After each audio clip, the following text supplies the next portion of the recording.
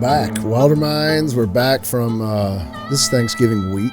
We're back from just a run. We just had a run. Good run. Yeah, it was a good run. I mean, it wasn't as productive as it could have been. Yeah. But it never usually is. Yeah. But all in all, deer hit the ground. A lot of deer hit the ground and a lot of good stories to tell. Yeah, It was long.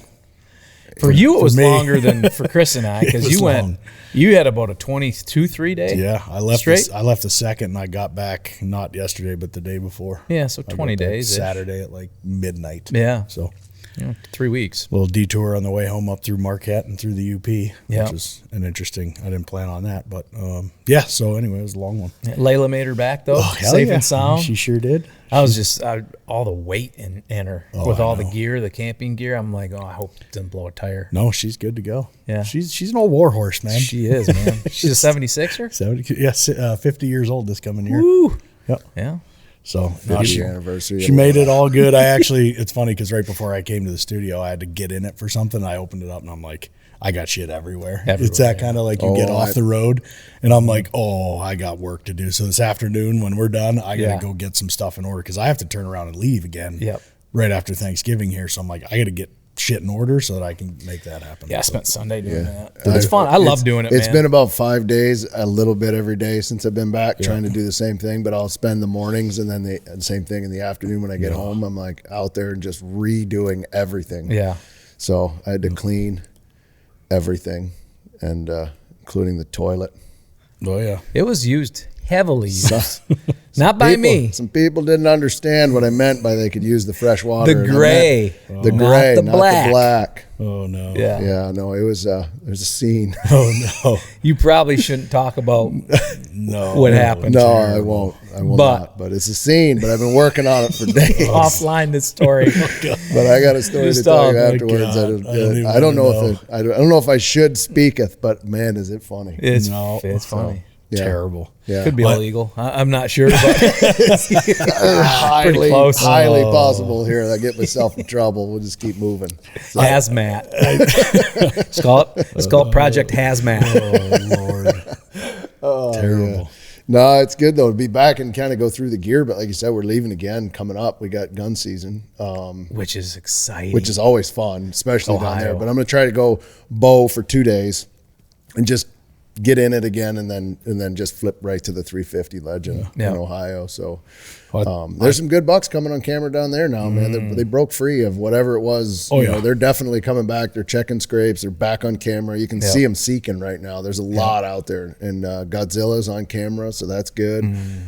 Blades, that bladed 8-point, he's a big, the Jumbo Junior. Jumbo Junior's sweet. Dude. He's literally Jumbo Junior. He is. He looks identical. 100%. He does. And he's within 200 yards of where Jumbo died. Yeah. Like Which every day. And he was constant early and then disappeared while we were there. And now he's back on camera because he was on that same mineral camera all the time. And then now he's back again. So he's got that bladed first G2 on his right side. He's solid. Just sweet The deer. little triple nipple booby turkey foot, whatever, 6x7 or whatever it is that Schuster calls him over in the northeast corners there. So, I mean, there's some good bucks. And then that old war horse is there too. And the Field of Dreams. Field of Dreams is sneaky. There's at the down at the dang bench. The benches had revealed some good deer cruising through there again. Yeah. So there's also the 10 that I had that I couldn't get a shot at. That was at 50 yards. I had him in the tree you killed out of. Mick Jagger. He's back. He's back. He's on Jagger Mineral like 2-3 times in a row. So I think it's interesting. They're coming. I mean, especially over at Field of Dreams, those deer are all coming back to feed. Yeah, they all are. I mean, if there's ever been a case for a supplemental feed program, you tell me their bodies don't need it because every single night, like clockwork, after dark, but like clockwork, they're coming back to those feeders and they're just trying to get as much feed in them as they possibly can. I mean, we all know how run down they get during the rut. They're going nonstop, but I think it's been really interesting to watch that. It's like they do what they need and they're coming back to feed. So they decimated that 1900. It's like it's just getting demolished, but it's good. It's what it's there for. Get them back in shape again. But you're right, they are coming back off of wherever they were, whatever holes they were in. They're definitely broke off that, and they're checking those last does, which is kind of interesting. We ran into that in Missouri. Yep. I mean, we ran into just tough, bad weather, pretty tough. 75 degrees, and big bucks on last does holed up in deep parts of the brush and locked down. And it was definitely a tough hunt, but all in all, it was a fun hunt. It's a fun hunt. Cool ground. Yeah. I mean, you've hunted it for what, 3 years? 3 years now, and you talked about it, the 1200, and now getting to see it.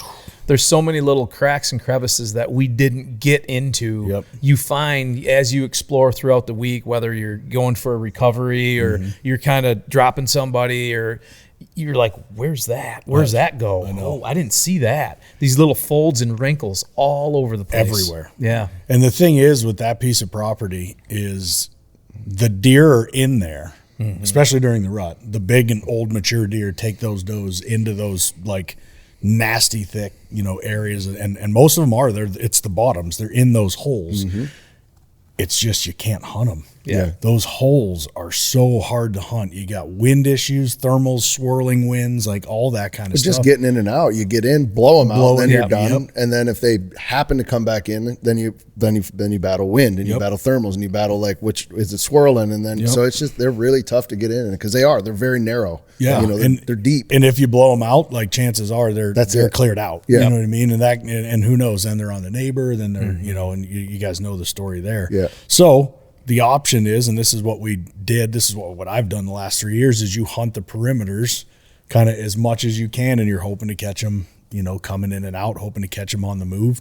The perimeter hunting's actually a little bit easier when they're still on food and when they're patternable and coming out of those ditches and stuff like that. But during the rut, it's just you're hoping to catch them on the move. Yep. That's all it is. And we did that. A couple of us did that towards the end. That hunt was like, it was slow. Everybody was seeing deer. Everybody was seeing a lot of deer. A lot of deer. A ton of bucks, just no mature A lot bucks. of 3-year-olds. Yeah. Tons of tweeners for some of the guys. But and the big deer that they were seeing, the comments were the same from everybody. I saw him, but he stayed in the timber. He was for down. 5 seconds, it was like boom, boom. He was there. They were in the timber. He was in there chasing. They were in there chasing. The does came out. They never did. You know what I mean? And so they stayed in those holes. And we were able to adapt and make some moves. And, we put some people in timber. And then it's like all at once, one day, all hell breaks loose and 3 deer die in 2 hours. It's like boom, boom, boom. That was chaos. Pure chaos. Well, so just to set the scene, so we were in Missouri. We were hunting down there on the property, and then also with Shane, Midwest Custom Hunts. Shane is awesome. Like one of the best. Period. If you're looking for a hunt at Midwest Custom, I mean, the guy is just incredible. Big deer and his killer. team is incredible too. All of his guides and everybody there. Great guys, just phenomenal. Worked their ass off. So we went down there and hunted, and we actually set up a little deer camp with Cabela's. We went up and set up all the Alacnacs. We had all the cots, sleeping bags, all the camp gear, dialed in a deer camp because it was Winchester deer season. XP 10 year anniversary. And so we went down there, we filmed for Winchester Life. We also filmed for us. And then we had a bunch of writers and media in camp. So we had representatives from Field and Stream and Peterson's, Western Hunter. And then we had Winchester in camp, Winchester Repeating Arms, Guns with Swanner was with us. And then we had our winner that we gave away last year. We did a sweepstakes hunt. And we had Sarah was the winner of that. So then she joined the group as well. So we had that plus all of us hunting at the same time. And we were kind of doing that split guide hunt scenario. And it was a fun just atmosphere because we had deer camp, set up the mess hall, incredible time. And then everybody was out, and these were all day sits. I mean, and most guys chose to sit all day making sandwiches, doing the thing. And it was the right move because, they were seeing deer at odd times, 11 o'clock, 1 o'clock, deer were moving. So it was a long week, but I had to leave on a Monday, and then we had a text chain, the Winchester text chain, and my God, that day it blew up. I was sitting, I was in the office, unfortunately, and I was sitting there, and all of a sudden I'm just like, and it was like deer down. I think I shot this one. And then it was just doom, doom, doom, doom, doom, and it started going, and I'm like, oh my God, it's broke loose, and it was in one day. And you ended up shooting, Sarah ended up shooting a great buck. You shot a great buck, Scott, and then Scott shot Baxter, and so it was just.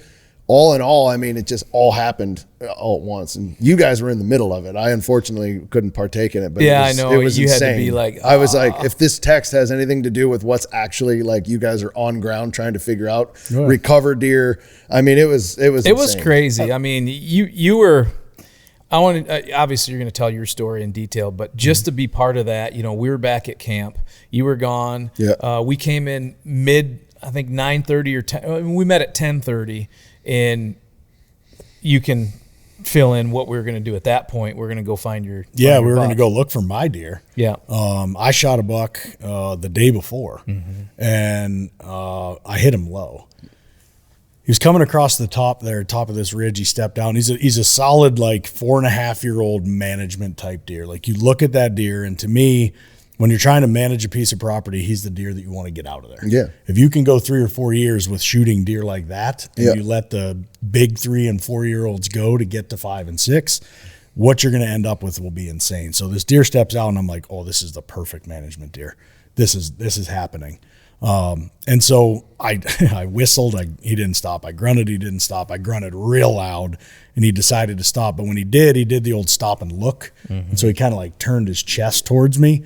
And 9 times out of 10, I'd hammer that deer, but we were testing out some new stuff, and I just didn't want to take that shot. So I thought, I'll wait till once he turns back, I'll let him have it. We didn't really turn back. He just kind of stayed on that angle, right? And I'm like, well, it's now or never, because he was getting to the property line. And I waited for him. He stepped his front leg forward and set it down. And as soon as he did, he basically exposed everything. And I pulled the trigger, and I was 2 honestly, inches. Yeah. Like, you are 2 inches makes the difference between he is completely annihilated and dead right there, or he runs onto the neighbor and goes into the corner. Yeah, just a little low. in the footage, you can see the bullet. Oh yeah, like, that's insane. Like, you see the bullet coming in, and I'm like, oh, and then you can just see it. Like, it's just like you said, it is 1.5 inches, and you're like, oh, he's dying, like you said, but he's going to, but it's not going to be as quick as if it was 1 inch above. Oh, he'd have died right there if it was an inch higher. And I could side note, I got to stop taking archery shots with a rifle. Like, I don't know why I'm doing that. Right. Yeah. I mean, I guess it's habit. Like, and forever I've been a high shoulder guy with a gun, but the last 2 deer I've shot, I haven't high shouldered them, and I don't know why. Yeah. I'm like, oh, I'll just tuck it back there. No more. No more. No more. I'm done with that. Yeah. Pound them down. Break them down. I'm done with that. So anyway, he runs over onto the neighbor, and I said, well, he's out. The neighbor was this year's 80 acres of standing corn still. Yeah. So I'm not going to just go blazing in there. We have permission to go on there and all that stuff, but 80 acres of corn, it's like, oof. Yeah. Went up, initial blood trail. I had some blood, not great blood. So I'm like, all right, well, the best option here is going to be to bring in a drone. Never had I done that before.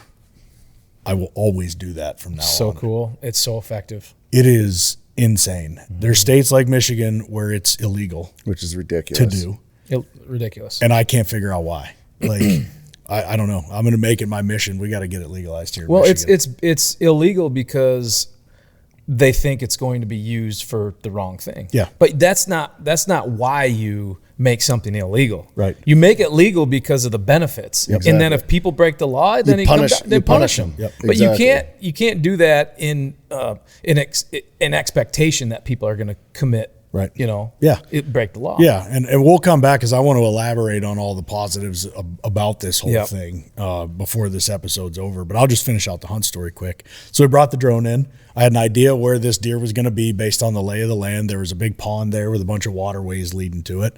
And I'm like, he's in that waterway. I know he is. He probably ran through that corn, got into that thick, nasty waterway, and bedded up. So we got the drone up. It was a 5-minute flight time to get over there in the drone.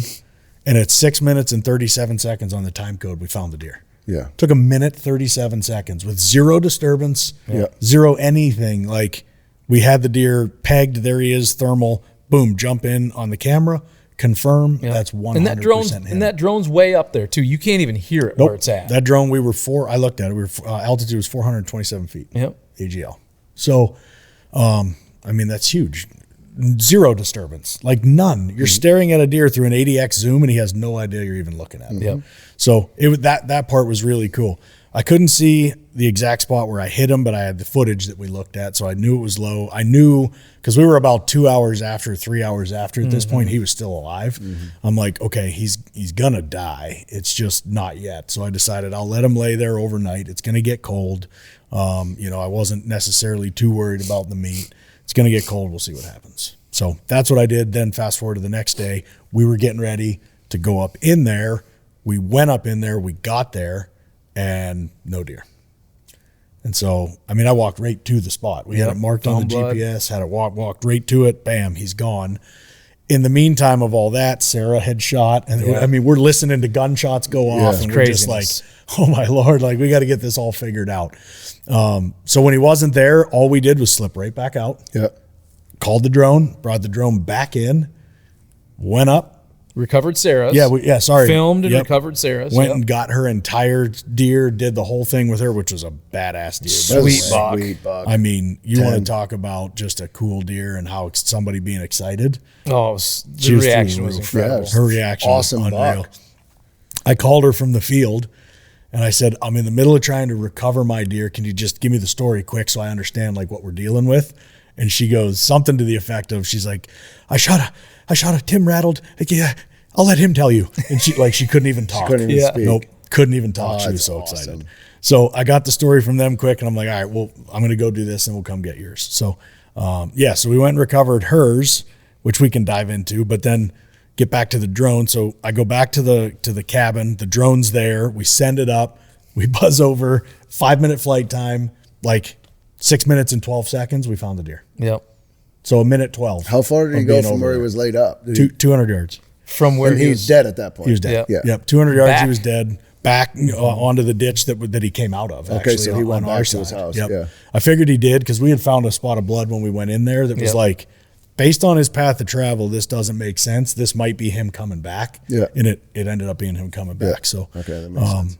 I think what ultimately probably happened is I think the coyotes got on him. Pushed him. They pushed him. And he only went 200 yards and he died, but they had his whole one ass cheek eaten out and everything else. So that was definitely a bummer, but what a tool. Yeah. I mean, it's so cool. That's the first time I've actually seen one in operation. Yeah. And as it's, moving across at 400 feet in elevation, you see these little green dots and you put the crosshairs on there and the drone operator clicks a button. It goes, Yep. 80x zoom, completely. It's black and white, but it's crystal clear. It's crystal clear. The 80x on the one drone's color. Yeah, I have it. It's full. It's a color. It's a color. Yeah, it's a color image. Yeah. The thermal's obviously black and white, but I mean, you're looking at the deer. It's mind blowing. Yeah, it's pretty amazing. The second time we found him, the day I actually recovered him.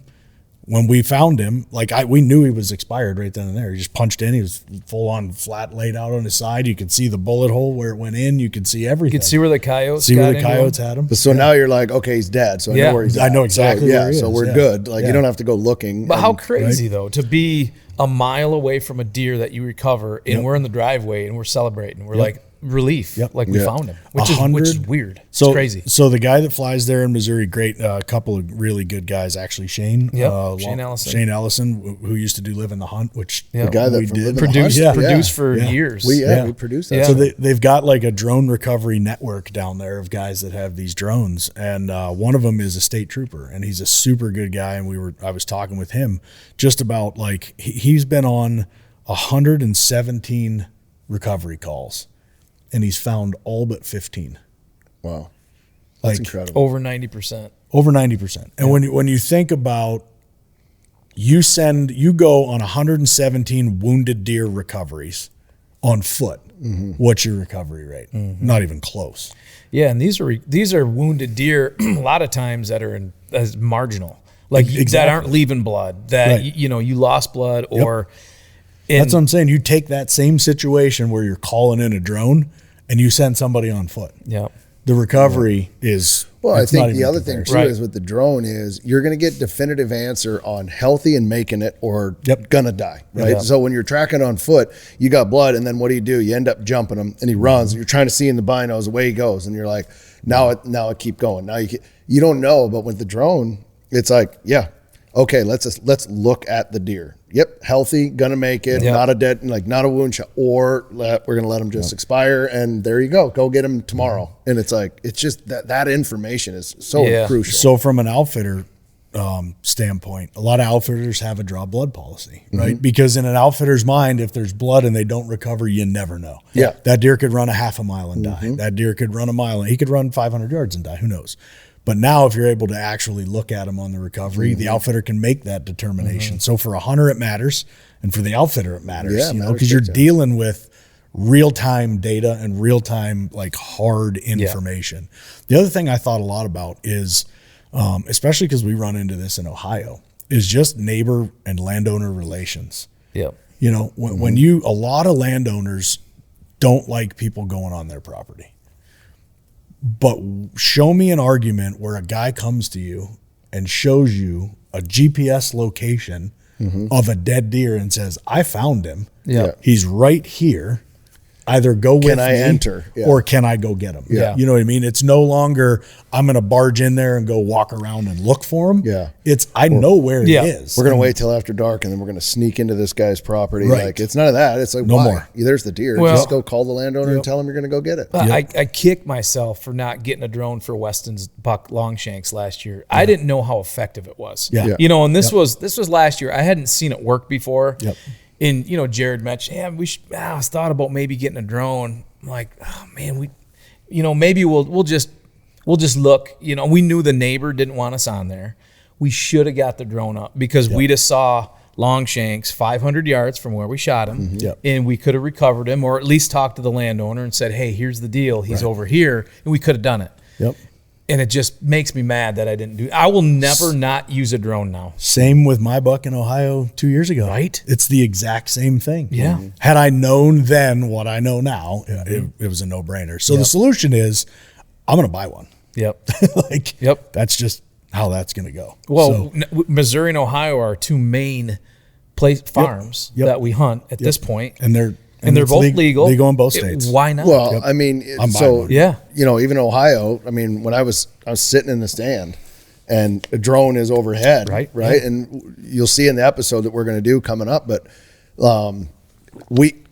they located Godzilla, the neighbor shot Godzilla the night before, and they located him, but he was fine. He was bedded up. The next morning when they flew, he's gone, and they flew the whole valley, and again, neighbor relations, we're able to stop, have a conversation with him, get the footage, see what it is. But I'm in there hunting that deer, and now I'm like, well, is he dead? Is he not? Well, we know he's not, because they couldn't find him, and then sure enough, a week later, now he's on our trail camera and he's doing a thing, and we know he's alive. But the drone was the whole thing that set it up. Otherwise, they could have been like, yeah, dude, we shot him, we just can't find him, and then we're not hunting him. Like, again, it gives us definitive information. It's a crazy tool.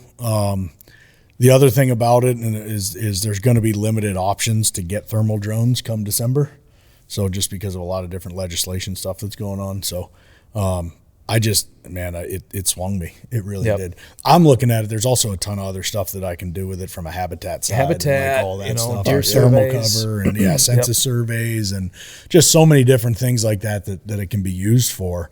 But man, I can't help but think it's changed the game as far as recovery for whitetails goes. 90+%. Yeah, it really has. And there's nothing to say that even when you do get a great, good, clean shot, especially with a bow, deer runs off 150 yards into the bottom in Ohio or something like that, to absolutely play it safe, you could back out, throw that thing up, go take a look. I mean, it is so...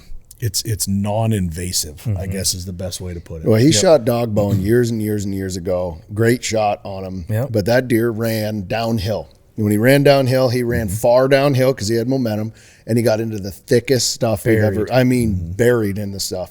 And I mean, it was a long track job, and it was a dangerous track job because we were like, are we going to push him? Because you don't know, right? So again, back if we'd have had a drone now, it'd have just been like, he went right down that trail, find him right. Oh, he's dead. Go get him. I mean, it's a time saver, and you just know it's pretty cool. And the crazy part is that's the 1 year that we didn't use Rage broadheads. You remember that? I won't say the company. But we were all a little, not skeptical, but was like, we're not going to use Rage. It just didn't work the way the season played out. And that is the perfect Rage buck, where that buck would not have run 100 yards. No, he wouldn't even have made it. No. Again, he'd have ran downhill and flipped and tumbled. This deer made it to the bottom and threw the stuff up the other side, and it was a scene. But the drone would have been super nice. Oh, it would have been nice for that. Yep. Yeah. So the takeaway from my deer, like obviously my shot placement is what it is. I made a mistake there. But what I learned from it, always trying to find a silver lining, is that's a really cool tool. Yeah. Like a really, really cool tool. It's going to change the game for hunters. And shoot them in the shoulders. That's the main thing. Break them down. At Keefer Brothers, our mission is to pass on what the wild has taught us. Every single step into the wild tells a story, and we've spent years capturing those moments in the rawest way possible. So if you're not afraid to step outside of your comfort zone and you want to go further and live the kind of life that most people only talk about, be sure to visit KeeferBrothers.com. Whether you're there for the stories, the skills, or the connection, everything lives at KeeferBrothers.com and the all-new companion app. Every shot counts. And when it's time to make it count, you want the best. Winchester Ammunition has built its legacy on a commitment to innovation by continuously pushing what's possible. In the heartland of America, the American legend crafts ammunition that's purpose-built, reliable, accurate, and ready to perform no matter how harsh the conditions. Whether you're hunting or shooting for sport, Winchester will be there. All right, let's talk about beer for a second. You ever notice there's a big difference between Busch Light drinkers and other beer drinkers? I like to say we live on the wild side. You know, a guy with a Busch Light in his hand, he's a man of the people. He's out there in the wild every day. He's in the trenches smashing bushies with a smile on his face. You know why? Because he doesn't care. He's not looking for a soulmate. He just needs something to wash that damn jerky down. And he's got himself a 12-pack of Freedom in a can. And when that can gets cracked, it's like opening a door to a whole different world. It's just a vibe. And if you haven't felt it, you should. So go grab yourself a case of bushies, give them a rip, and take a walk on the wild side. Wherever your adventure takes you, count on Bass Pro Shops and Cabela's to make it memorable. From the timberline to the campsites to the lake and the range, get your family outfitted with the right gear. With premium brands like Worldwide Sportsman, Ascend, Instinct, Redhead, and Natural Reflections, they've got the apparel and the gear to make it the best adventure ever. Stop by today for a one-of-a-kind shopping experience in-store or online at BassPro.com and Cabela's.com. See for yourself at Bass Pro Shops and Cabela's stores.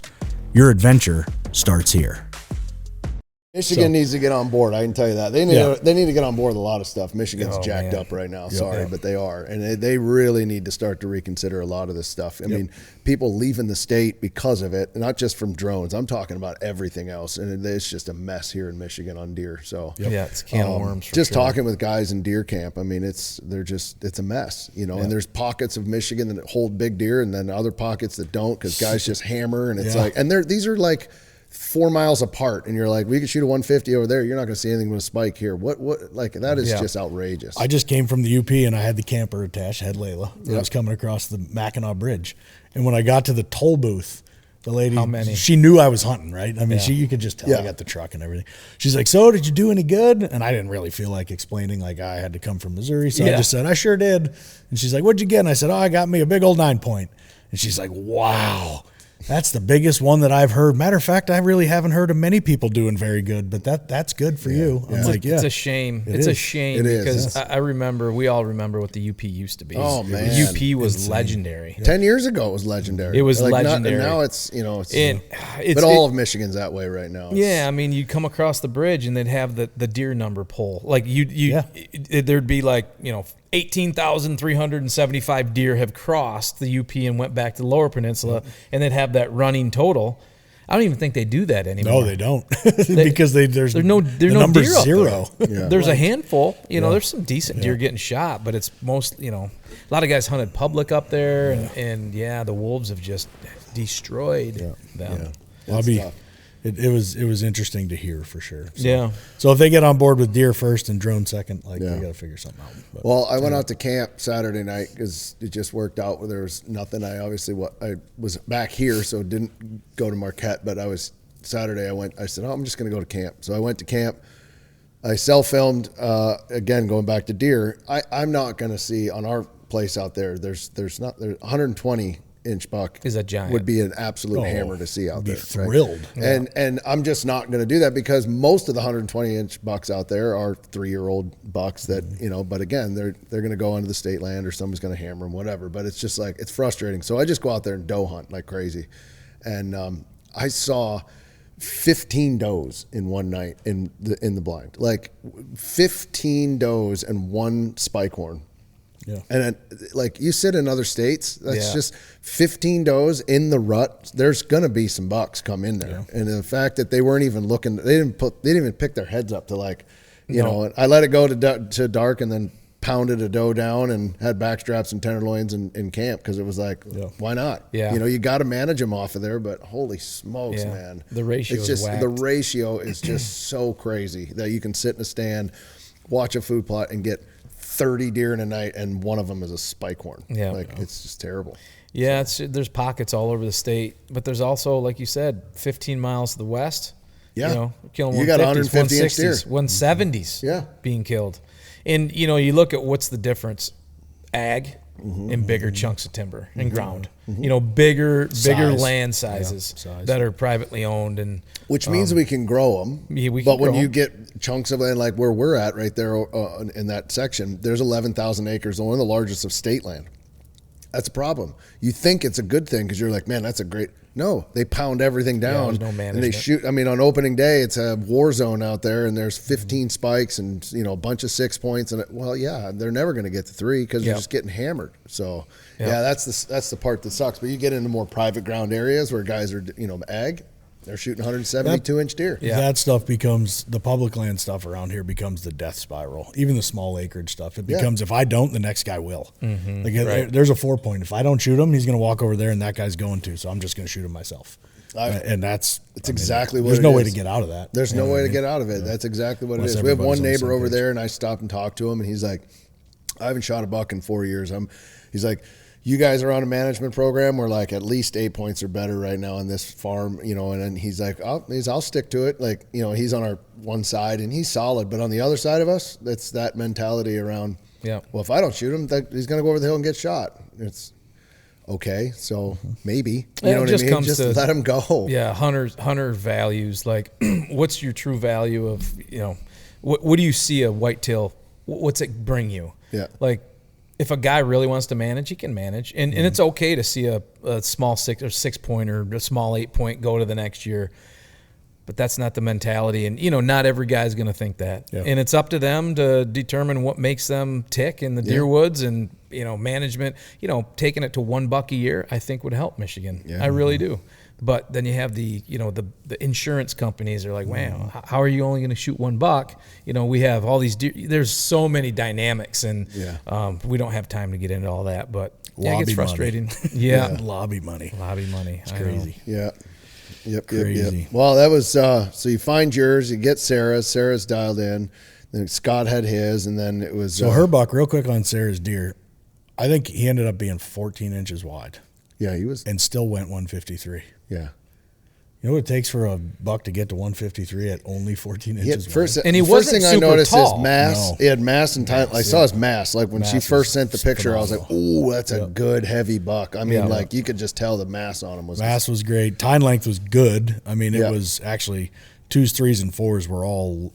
Yeah, like real good. 986 or something like that. He's just a cool looking deer. Just an awesome deer. Yeah. So she had a great story. She had her boyfriend Tim with her. He actually stepped out and was rattling out the back of the blind, and the buck just came flying into the antlers. And it's funny because when we got in the truck that morning, I started to pull out and to take her, and she goes, "Should I grab those rattling antlers?" I literally hit the brakes, and I said, "Get them." And she's like, "What?" And I said, "Get them." I'm like, "It's the last day. Get them." And she's like, "Okay." So Tim got out and went back and walked back to the thing, came back with the antlers. He actually said, "I got two." He said, "I got 2 sets. I got the small set and the big set." I said, "Get the big set." He's like, "Okay."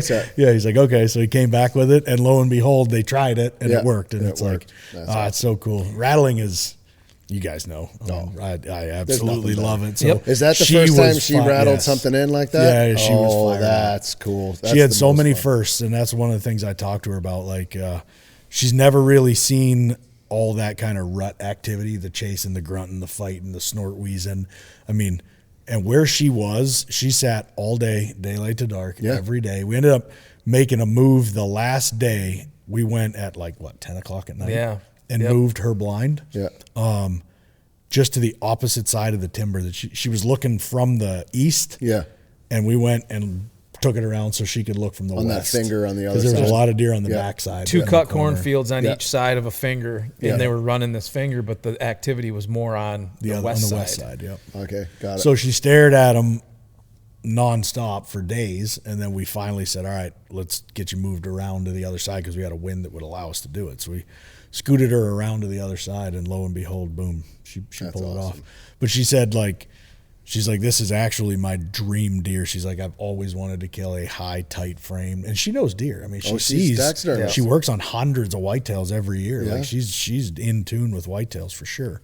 But she just said between the rutting and the chasing and just all the shit that went down, she wasn't leaving that spot. Yeah. And that's the other thing. Like, a lot of people didn't leave their spots. No. Because everybody was seeing deer. Everybody was seeing tons of deer and rutting and all the good stuff you want.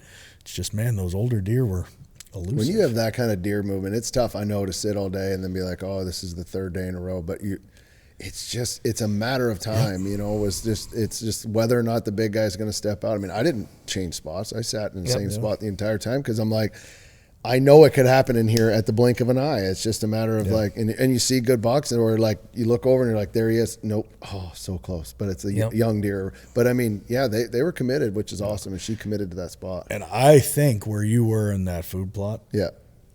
I think those 2 bucks that I saw by camp, I think they rolled right through there. Yeah, I think that's the day you had to leave. Yeah. We got out at 9:30, and at 11:30 or noon, they were on the road 100 yards from the food plot. Oh, down off the bottom. They came right up through there. I guarantee you. They were going that. I watched the one buck come right out of there, right to left. Because they're not.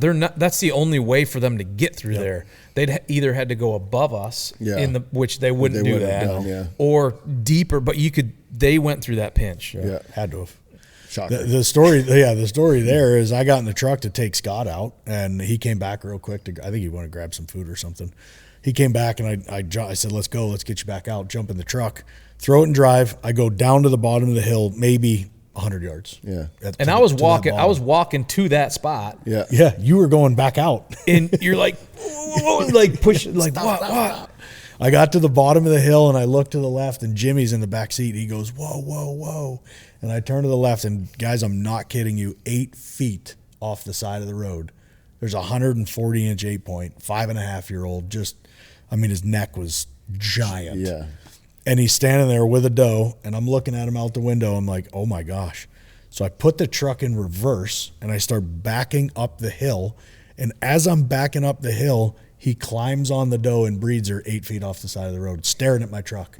Doesn't care. Jimmy's like, what is happening right now? I'm like, I'm just going to keep backing up. I don't know what else to do. Yeah. So I backed up to the top of the hill, and I'm thinking to myself, man, how can we try to get a stalk on here or do something like that? And as I back into the driveway, I look down, and that other 5.5-year-old pops out, and he's now standing in the gravel, goes over, he jumps the fence. Another buck comes out, jumps the fence. I'm like, what is going on? Yeah. But that's also the moment where I went, they're buried. Yeah, one doe. They're all one in doe. The thickest, nastiest shit because that's deep down there. That morning, before even sunlight, we had 3 bucks. Yep. And I sat that 2 more mornings after that. That never happened again. We had 3 bucks, like literally crisscrossing and cruising that food plot.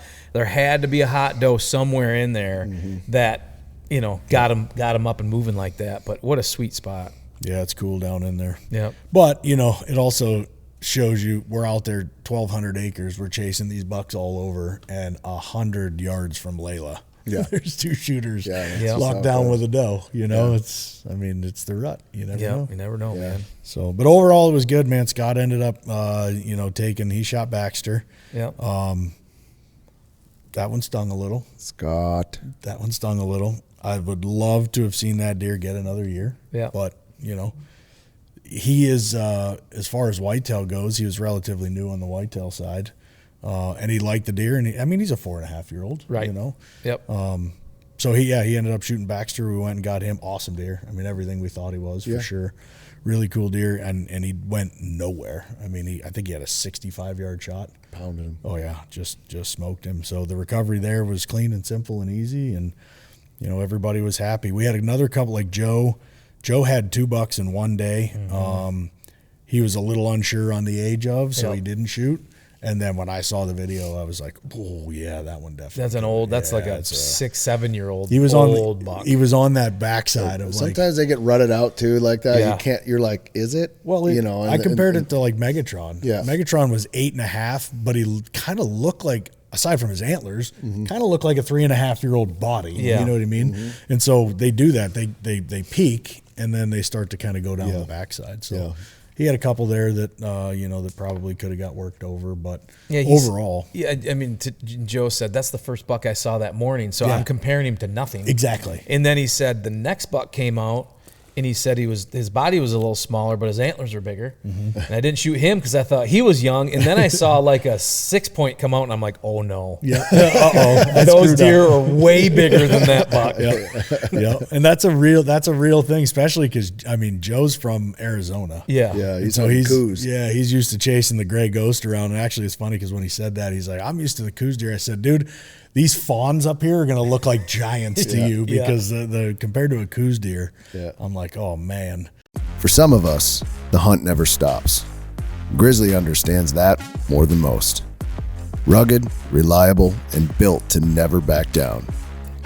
Whether you're on the trail, by the water, or deep in the dark timber, Grizzly is by your side. Tough enough to take on the wild and ready for whatever you can throw. Grizzly is committed to products that never let you down.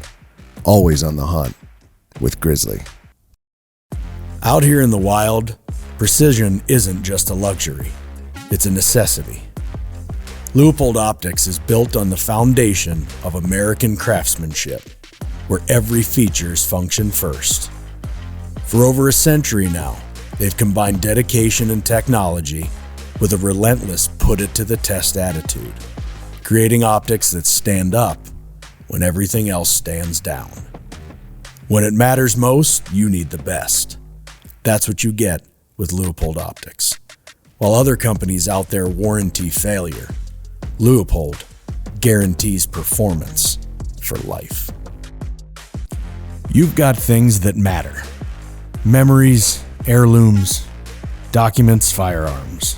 And we all know that life is unpredictable. At Winchester Safes, they make sure life's unpredictable moments don't take those things from you. They use state-of-the-art methods that refuse to sacrifice quality.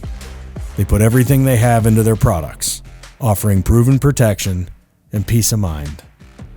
There's only one safe company worthy of the title, the American Legend, and that's Winchester Safes. Follow at Winchester Safes or learn more on winchestersafes.com. When you're miles from help, second chances don't exist. That's why we shoot Rage broadheads. Massive cutting diameter, field point accuracy, devastating results when it matters most. Hunt with Rage. So yeah, I mean, overall though, everybody had a great time. Tons of deer to be seen, couple deer to hit the ground. Just another good camp. Yeah, great. Everybody people. loved the camp too. Yeah, you know the cots. How cool was the camp setup? Oh yeah, the lounge cots, the alacnacs, all the sleeping bags. Like everybody. Matter of fact, multiple people before they left were like, "I'm going to call you when I get back because I need to buy some stuff for my elk camp or for this." Yeah, and they're like, "I need to know what all this stuff is because it performed flawlessly." Yeah. So that was cool. Yeah, we got everybody had the -20 bags, and I mean, it's comfortable cots. We had DeWalt chargers for everybody for their phones, lights, lanterns. I mean, it was a full-on throwback to deer camp. It was a lot of fun, man. It was cool. It was great, man. Come in every night and go to the mess hall and get the food going, and everybody was drinking bush lights and just telling stories, and that's what deer camp's about. Yeah, and it was a lot of fun. It was a lot of fun. We did get to break out the fireballs on the last night. I was a little jealous about that. I got the picture and Shane I saw brought that. the fireballs in. Yes, he did. I saw that. I was like, someone got a bucket because there's a lot of people there. Shane got a bunch of them. So for you anyway, that's normally how I feel when I don't make it to Ohio early and you guys are all fireballing it and celebrating. I get to sit back here and I'm like, looks like so much fun. I got the picture. I'm at hockey tryouts. I'm like, looks like so much fun. So sad. I was like, oh no, that's fun. I know exactly what's going on that night. And then for me, I just love getting into the caping and quartering, and so then I was like, oh man, I could have helped. So like, it's just fun. Well, it's cool. What's cool is Sarah's in there, and cape in the head, and she's doing. I mean, obviously, she can do it in a second. She's She's a taxidermist. Yes, and it's just fun. Normally, when somebody asks like, "Hey, do you want me to help?" and I'm like, "No, it's okay," because I love doing it. B, it's what I do. Like I get in the groove and just do it. You know what I mean? But when Sarah asked, I'm like, "Do you want to do it?" She's like, "I'll do it." And I'm like, "Well, hell yeah!" Like, because she's a taxidermist. So, and it's funny because she actually caped my deer off the antlers. Yeah, and it's like. Perfect. Way better than I do. Yeah. I get in there and I do it, but I leave meat and then I have to go back and, you know what I mean? It's like skin. Surgical. Yeah, she's got it fleshed out. It's done. So that was pretty cool. Well, that's awesome. Yeah, she sent a message. I sent it to her, said congratulations. She said it was one of the best experiences she's had. So that was cool to pick a winner, do the sweepstakes and do it again, and hopefully we can do it again in the future. But she had a great hunt and killed a great buck. That was fun. Sweet. So looking forward to Ohio next week.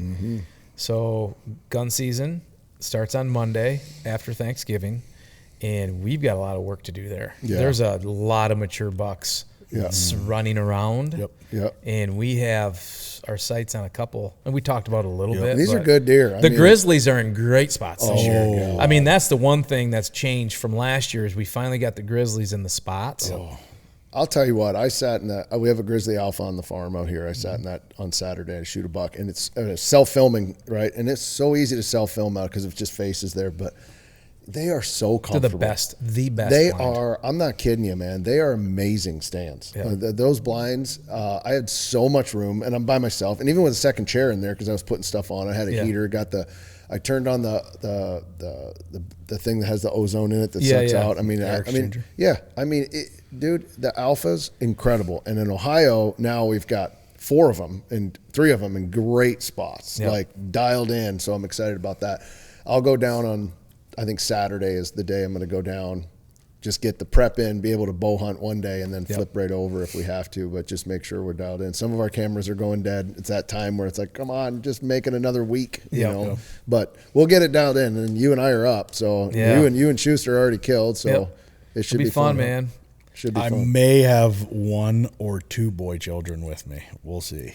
Yeah. So because you're coming back midweek. I'm coming back on Wednesday. Yeah. And so Ryder's there's a hockey game on Wednesday night. I think there's a game on Wednesday night, and then Gunner's got some other stuff. But I told Gunner a while back that he was going to go to Ohio this year, and so you tell a kid that, and it sticks in his brain, right? So he's all like, "I'm going." Well, then Ryder starts, "Well, if he's going, I'm going." And now I'm like, "Well, maybe I have to take you both." So. We'll see. Yeah, see how that shapes. It'd be fun. It'd be a lot of fun to have them both down there and just messing around in the blind. Well, there's enough. There's enough old bucks down there right now that need shot, especially some. There's even some there's management deer there that we could definitely alleviate. TSP.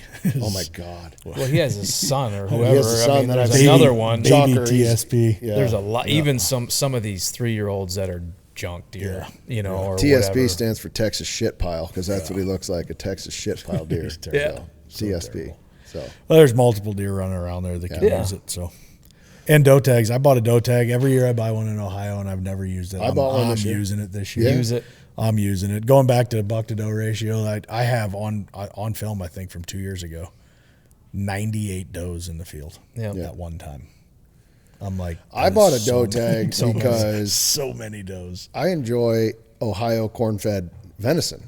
So I really do. The bucks and the does that we've shot, they're so good. Yeah. So I bought a doe tag for the same reason. I'm like, I'm still hammering because I want to come home with a buck and a doe so that I can actually fill the freezer and get some good venison in the freezer for sure. Yeah. It's just so good. So the old 350s, get those babies ready to rip. Yeah, they're dialed in. I used Ernie's gun on Saturday, the Hot 6. It was fun. Single shot. Yeah, that's a sweet gun. Yeah, that's a good one. Pounded.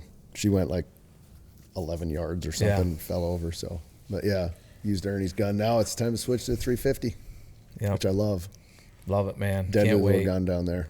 I love the Ohio gun season because it's on the back end of the rut, but those big deer, they're still cruising. They're still looking for those second estrus does or it doesn't stop in December. Nope. We got to get the right weather. Yep. I hope it's cold. Looked. It's going to be a little rainy. It looked like on Monday and Tuesday-ish, but cold Wednesday, Thursday, Friday, like real cold. Yeah. We need, that's what we need, cold. Yep. Yeah. Definitely. It's not going to be warm enough where it's going to affect anything. I mean, it's going to be cool the whole time, but cold like Wednesday, Thursday, Friday. Yeah. So we'll see. Yeah. Well, the week of Thanksgiving, it's kind of like, we're filming this Monday. We'll get this out right away. And then by the time it comes out, it'll be right there Thanksgiving time. And this is one of those weeks where no matter what happens, everybody says, well, I'm done for Thanksgiving on Thursday, but usually by tomorrow, it's cash. Everybody's like, yeah, no, I'm not doing anything. So it's, people start disappearing and enjoy the holiday. So, so for everybody out there, have a good Thanksgiving. Enjoy the turkeys and all the stuff you're going to do with everybody. It feels Christmassy out there too. It does. I got the Christmas stuff in the up. air, frost in the ground. Yesterday I had to go into Costco for something. I went in and I mean, it was, you guys know, it's just a different feeling. Christmas music. It's alive. Yeah, we're Christmas humans, us three. Everybody's around and everybody's just seemed happy. And I'm like, oh, it's here. The hustle and the bustle of the holidays. My house is dialed. Katie must have been real bored. She got everything dialed in. So, and we found these things now that they connect and you can tell Echo to turn it on. That's pretty ridiculous. Like the Christmas lights? Yeah, like I just walk in the house and I go, Echo, turn on the Christmas trees. And everything comes on. I'm like, yes. That's nice. It's nice. So see, is it in between plug between the plug and the wall? Yeah, and it just connects to your Echo apparently. So I don't know, but it's solid. It's and everything comes on at the same. So then it's like the whole house goes and all the lights come on. I'm like, yeah, I do this, nice. and I'm happy. Yeah. Name that Joy to the world. They're not twinkling, Clark. Thanks for noticing, Art. Yeah, it's a good time of year, so everybody enjoy it. Have a great Thanksgiving. Yeah, happy Thanksgiving, everybody. Turkey. Mama say it's a new day song.